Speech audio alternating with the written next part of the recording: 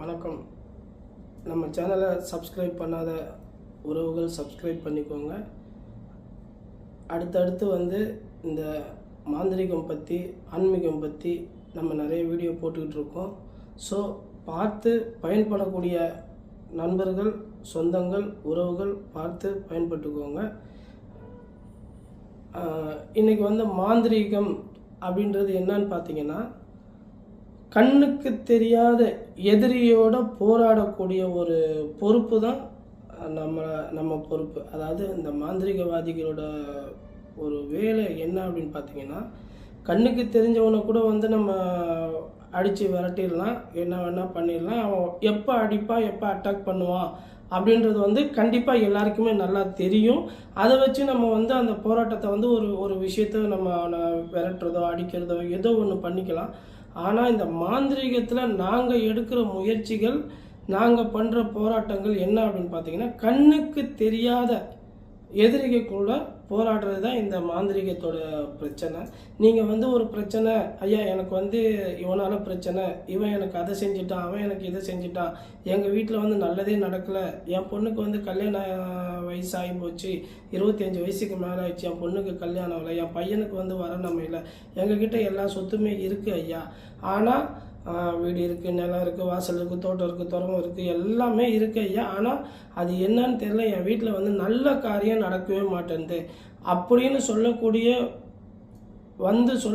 உங்களுக்கு நாங்கள் பார்த்துட்டு, இன்னாரால் உங்களுக்கு பிரச்சனை, இதுதான் உங்களுக்கு பண்ணி வச்சுருக்காங்க, இந்த மாதிரி ஒரு இது பண்ணியிருக்காங்க அப்படின்னும் போது உங்களுக்கான வேலைகளை நாங்கள் செய்யும்போது கண்டிப்பாக அந்த உங்களுக்கு வர பிரச்சனை, அதாவது உங்களுக்கு செய்கிறது ஒரு 10% செஞ்சுருக்காங்கன்னு வைங்களேன், அதை எதிர்த்து போராடும் போது எங்களுக்கு 50%ஆக மாறும்.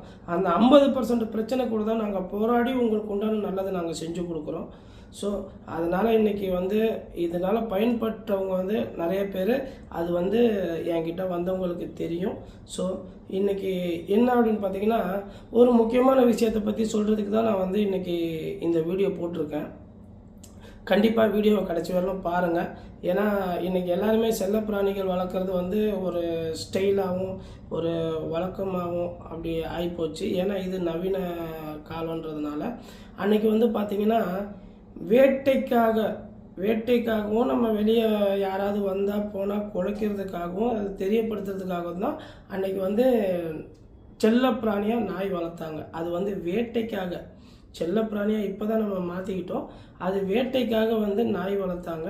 அதே மாதிரி பார்த்திங்கன்னா பூனை எங்கன்னா இந்த நெல் களஞ்சியம்லாம் இருக்குது பார்த்தீங்களா, இந்த வயலில் நெல், கோதுமை இதெல்லாம் எடுத்து வைப்பாங்க. இங்கே எலி நிறையா இருக்கும். அந்த எலியை விரட்டுறதுக்காகவும் அந்த எலியை பிடிக்கிறதுக்காகவும் தான் அன்னைக்கு பூனை வளர்த்தாங்க நம்ம ஆளுங்க.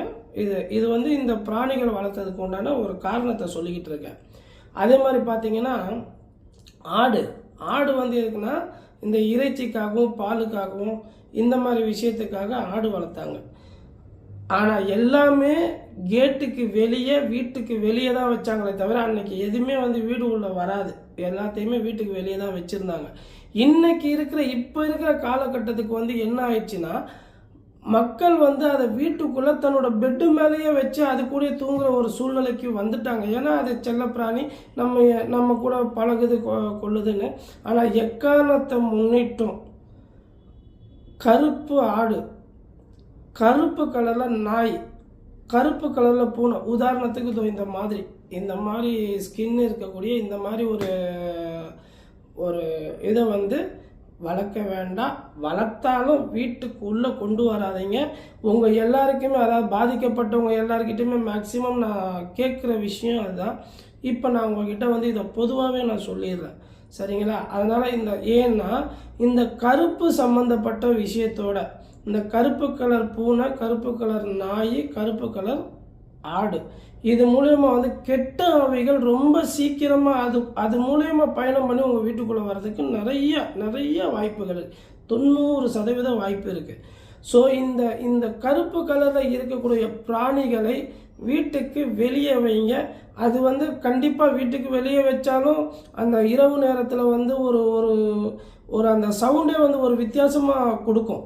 அந்த சவுண்டே வந்து ஒரு வித்தியாசமான சவுண்டாக இருக்கும். நீங்கள் தூங்கிக்கிட்டே இருப்பீங்க, ஏதோ ஒன்று கத்துற மாதிரி இருக்கும். வெளியே வந்து பார்த்தா நம்ம வீட்டு வாசலில் கருப்பு கலர் நாயோ பூனையோ ஏதோ ஒன்று கிராஸ் ஆகும்.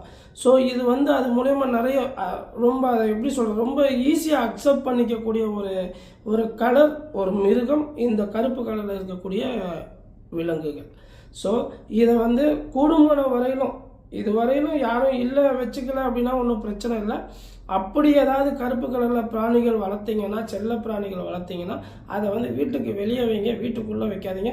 யார் எந்த ஒரு தப்பு உங்களுக்கு, அதாவது எந்த ஒரு கெடுதல் செஞ்சாலும் அந்த கெடுதலை வந்து ரொம்ப ஈஸியாக வாங்கி வீட்டுக்குள்ளே கொண்டு வந்து சேர்த்துரும்.